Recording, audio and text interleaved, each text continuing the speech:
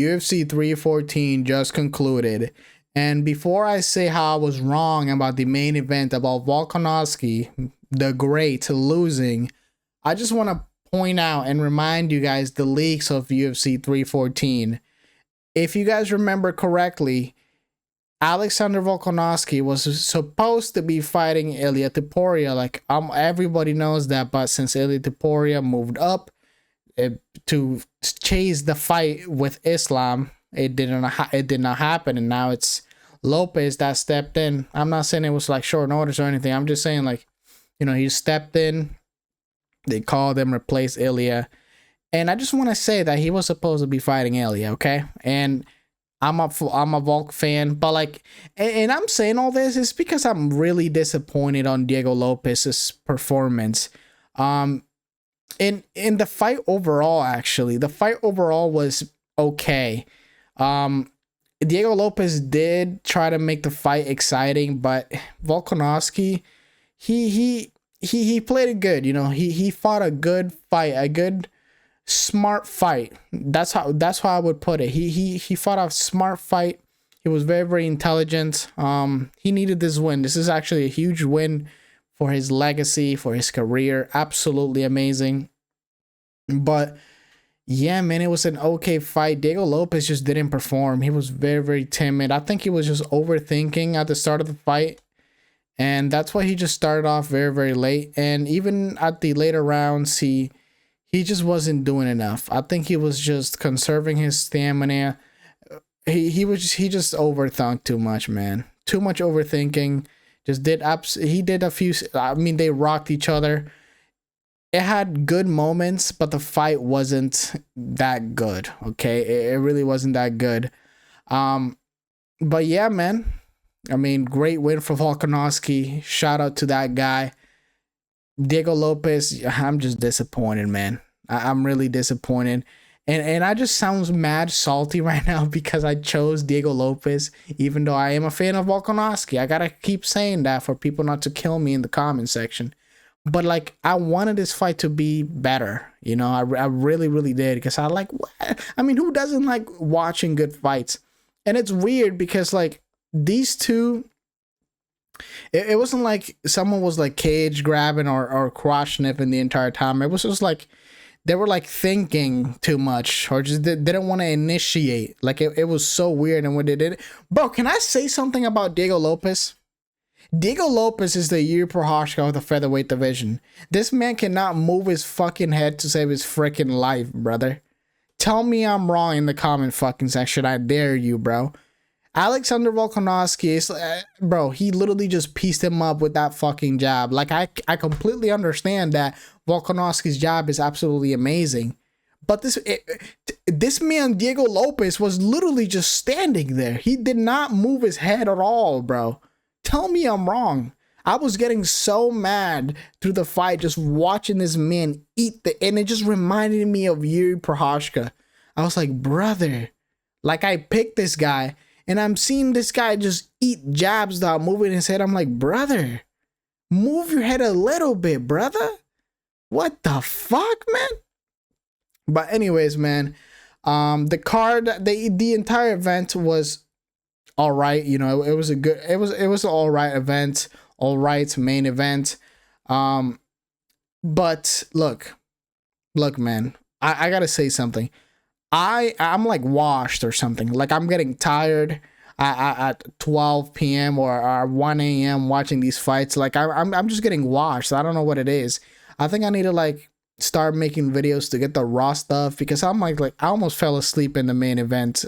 I'm not gonna lie to you guys. But let's talk about the co-main event. And before I talk about the co-main event, I just want to say that I'm only going to talk about the main card. I'm not going to talk about like the prelims and all that stuff. Only the main card, because I obviously came back late. And I didn't get to do my entire card prediction.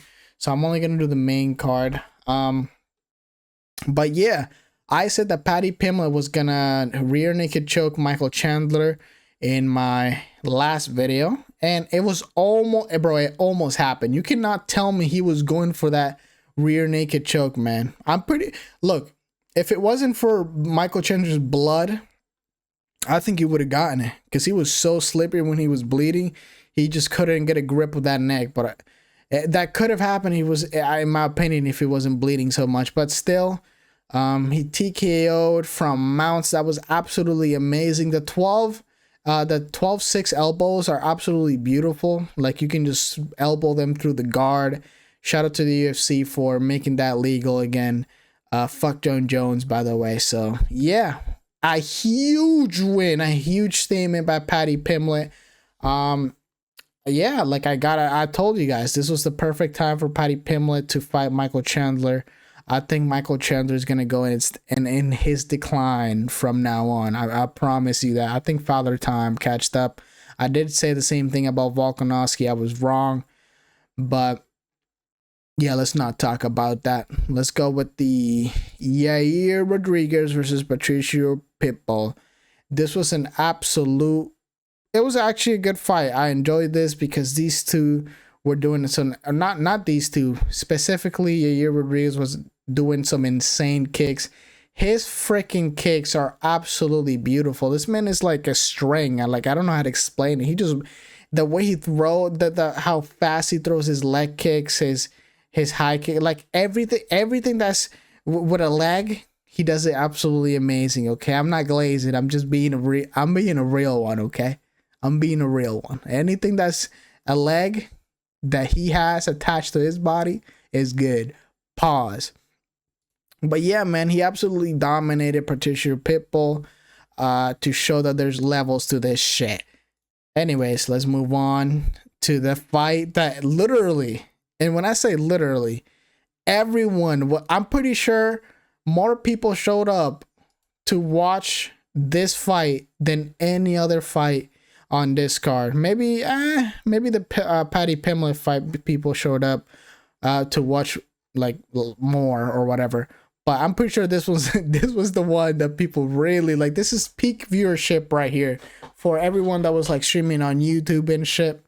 I'm pretty sure this was it, man. Because after those the comments, the controversy that Bryce Mitchell he's been going on like on a controversy tour lately. So everyone has been praying for this for Thug Nasty's downfall, unfortunately.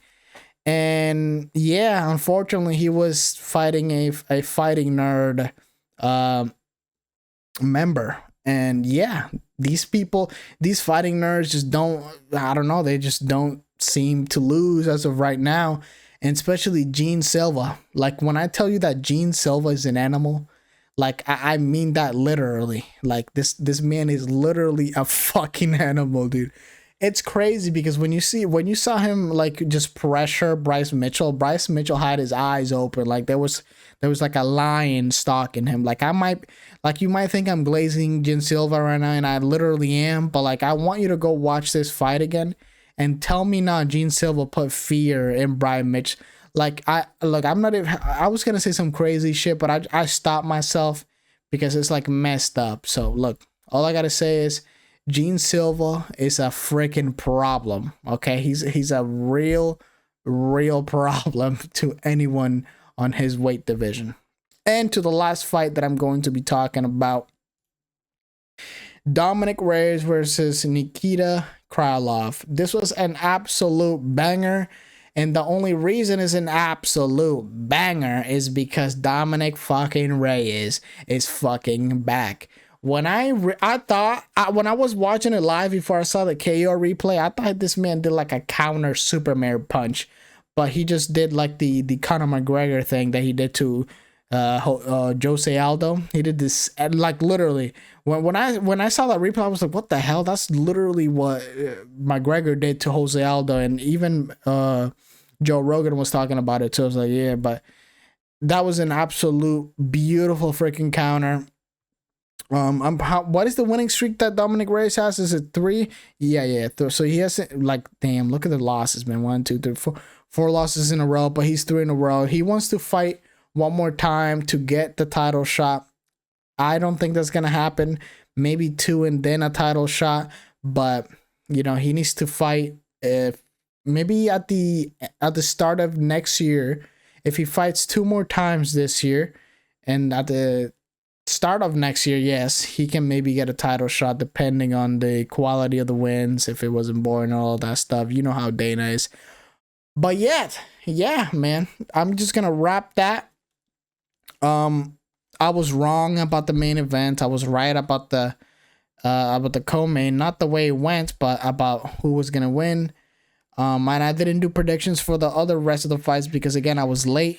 If you watch my last video, you would understand why. But yeah, man, it was an all right card. I didn't like how Volkanovski was like stalling the last few rounds because he knew he had the rest of the round. And like again, he fought intelligence. I respect it, but you know, as a viewer, like, you know, it's a little like, come on, man, you can't just be, you know, you can't be stalling a little bit like that. Like, come on, man. I respect Diego Lopes for he was trying to make it exciting, but it's all good. It's all good. Great win, Volkanovski, Diego Lopes. You better like you need to do more. Like he pulled like an Alex Pereira versus Ankalaev. He just didn't, you know, he just didn't throw, man. You need to throw more. Fuck it. You know what? I wouldn't even been mad if he like did like a Daniga, just throw. Actually, I can't even say that. That's like hindsight Harry. I'm like, you know, I'm just talking shit at this point. I'm just gonna end this video. Let me know what you think about this card in the comment section. But yeah, man, make sure you leave a like, hit that sub button so you don't miss any more MMA content. And with that being said, I'll see everyone very, very soon. Goodbye.